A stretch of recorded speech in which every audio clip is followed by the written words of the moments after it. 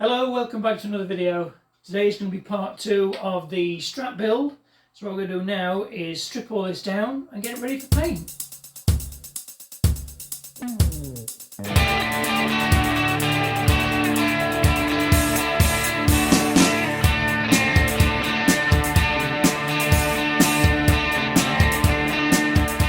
Got my very important cup of tea, so we must have that if you're working in your workshop.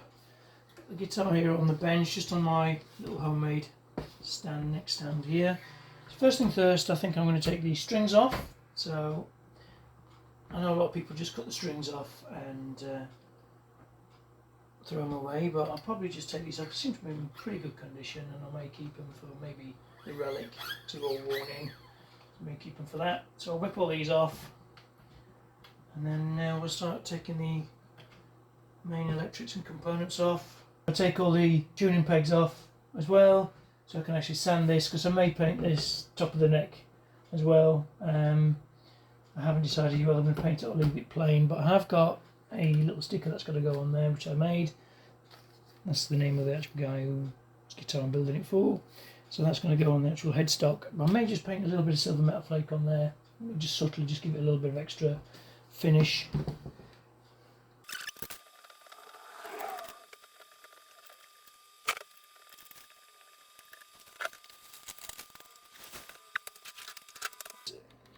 Quite interesting how, I don't know if you see there, they've actually put the tremolo spring actually in the actual string holder or string guide. A bit odd how they've done that. I don't understand why they've done that.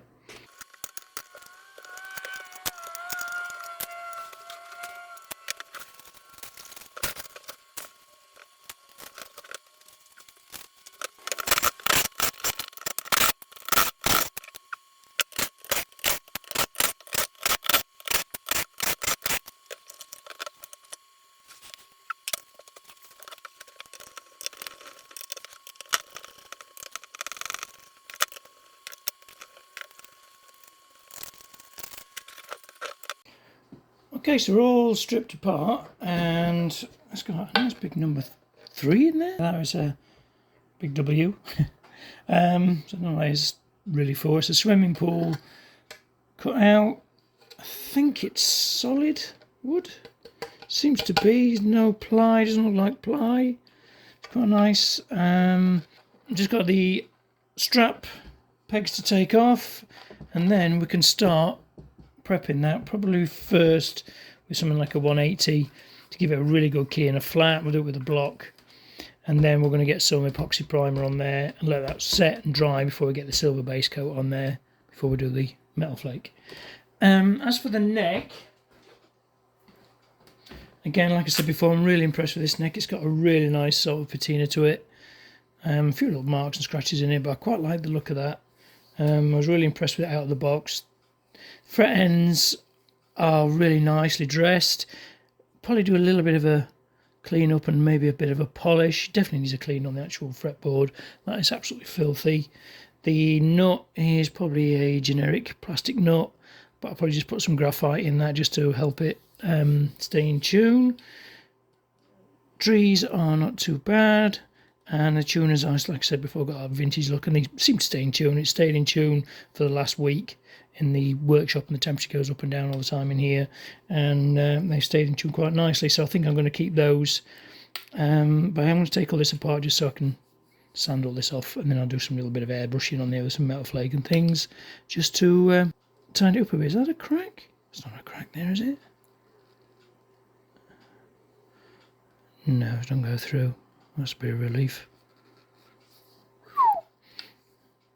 Right, okay, that's good then. I think it's just a mark in the wood. Yeah, it's just a bit of grain. Okay, right, so that can be set to one side, and we'll deal with this neck. Well, I'll strip all this down, but then we'll deal with actually painting this and cleaning all this up after we've done paint. Because I did do a Les Paul build. You may have seen that video. I did a custom paint job on it, basically from my kit. But I did oil the neck first, and some of the oil actually cross-contaminated the actual paint on the back of the Les Paul, and I don't want that to happen with this one, so I shall do all the oiling and cleaning on the neck and dressing of the frets after I've done the paint. So this can be set to one side for now. Right, so now the scratch plate has been adjusted to the actual bridge. I've actually just had to take a little bit of plastic out of the actual bridge here just to make it fit nice and snug.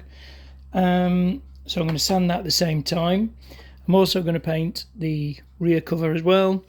This will probably just need a 180 over, some plastic primer, and then we're going to whack a little bit of epoxy on it. We'll put some epoxy on the actual body as well, same as on the scratch guard. But first of all, we're going to do the actual body. I've got my old trusty mouse-eaten sanding block. This has just got a nice 180 grit on there. Quite coarse really for what we want. So I'm just basically going to go over the entire guitar with this. People are probably shouting at the screen now saying this is way too coarse for sanding a paint job, but the amount of material I want here, I want a really good mechanical bond, not just a chemical bond on here. So I'm going to really go in coarse. Usually when I'm doing silvers, I finish with like an 800 grit, but in this case I'm going to probably finish with something like a 400. Then you're going to see some scratch marks in the first base coat of silver.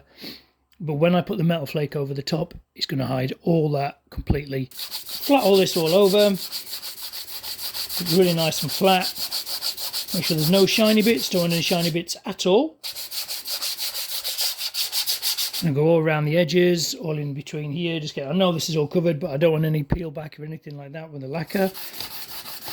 And then we'll whack some primer on it. And wear a mask when you're doing this. Quite dusty. Should put my gloves on really. I'll put my gloves on and then we'll do a bit more. So quick break. Got myself a coffee. Got my gloves on, as you can see. Got my mask, so I'm going to put that on and I'm going to sand the hell out of this. Get it all nice and flat. Any repairs that need doing, I think I showed in the last video, there's a nice big chunk taken out here. We'll put a little bit of filler in that. We'll sand all that back as well. Like I said, if you're doing any sort of thing, wear a mask.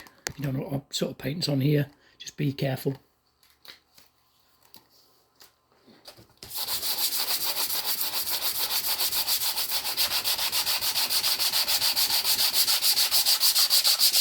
Okay, a little bit of progress made. The pick guard and the back plate are all being sanded and primed. I've had 2 coats on there. They're just ready when that's fully dry. They'll have a nice flat over with probably like a 400. And the body is all primed as well. Nice tasty run through there. That's okay, it's only aerosol. As you can see, I don't know if you can see on camera, you can see the scratches through it. They'll all be hidden with the metal flake. Yeah, so it's all going quite well so far. What I'm going to do now is I'm going to let this sit for a good 24 hours and then we'll give it a good flat with a 400 grit. Put some silver base on it and then we'll get some metal flake on there. And then that's going to have to sit for at least a week before we do the artwork over the top. I've just fitted the scratch plate just for now. I'll be painting the silver and the metal flake with these off and the back plate. Just want to make sure they all fit quite nice. Got a little bit of a blow in here to do with the epoxy primer, just where I've sanded through, just with a 400 soft pad. I just put a little bit more on there because I think there was a little bit of a scratch there. A run, so I got those out. The damage that was there, in the end I didn't actually have to fill that, I just sanded it all the way back, which I'm quite pleased about. I don't want to actually put any fillerings, you've got more chances of actually dropping out if the heat change, especially with this wood, it moves in and out all the time, it breathes. So if I'd put a filler in there, it may have cracked and popped out, so I'm quite glad that actually just flattened out with a bit of 180. As you can see, I've got my wooden mounting bracket here, just to hang from the ceiling. This will be hung from the garage when I paint it. I use this as well, I lock that into the vise for when I'm polishing as well. So it just gives me a little bit more control over it, a bit more sturdiness so it doesn't move about when I'm polishing. But that's quite a way off yet, we've got quite a bit more to do first. So what I'm doing now is a little bit more flatting, a little bit shiny through here still, and blow a bit more primer on the back, and then I'm going to put the silver on. The silver I'll be using is just going to be a Simonized acrylic base coat. It goes on really nice smooth level finish, even though most of it's going to be hidden. This is just going to be the background, the ground to the actual silver metal flake, and then I'll put the metal flake on, which I'll show you when we're ready for that. Right, okay, the silver base coat is on the guitar. I didn't do any filming of that 'cause I don't want to ruin my camera. Plus, I went all through this, like I said in a previous video, in a whole series of painting metal flake. So I don't really want to go over that again. But the flake I'm going to be using is probably the mirror flake. Then I've got some more there. Let me see those on camera. I don't know if they're showing up. It's actually got a rainbow flake in that as well, so I'll probably use some of that. I've also got some normal silver flake, but what I did find the other day, which is quite interesting, I went to my local town, to my local works store, and I found this. I call it a confetti shaker glitter, but this is going to be perfect for metal flake jobs, little blow-ins and little custom job things. You've got some nice purple flakes in here as well, and they're just the right size. But this one here is, which has got like a rainbow flake in that as well, so I might just drop a little bit of that in there as well, just to mix it up. I'll show you how I'm going to mix up the flake next. So I'm just using my quick drying Vasa lacquer again, and so I'm going to dry pretty quick. I'm not going to need a massive amount. Let's go, where are we, 2 to 1. Let's go probably about there, and then put that away for a sec. I only probably want to do a maximum of probably 2 coats, so I'm going to put quite a bit of flake in, and what I'll do then is I'll mix up another batch of clear just to go over the top without any flake in, like I did in the other video. Let's try a little bit of this. Oh yeah, how do you get that out?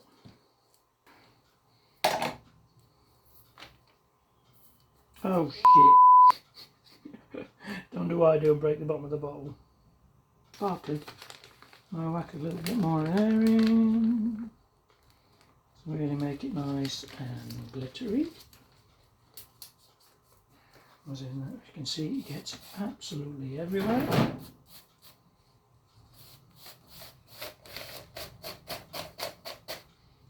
Right, let's give that a bit of a stir.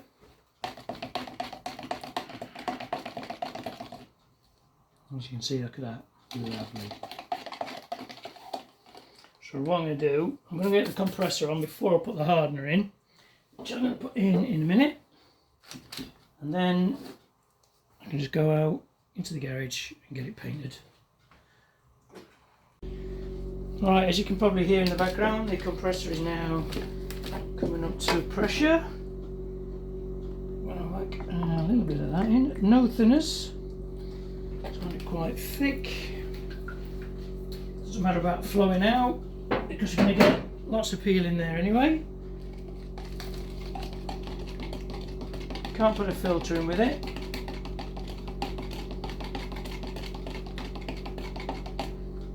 You can see that on camera. I don't know if you can, probably not.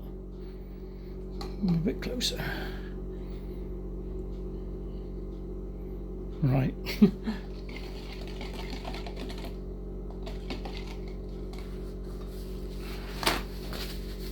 Get it in the gun, see what we can do.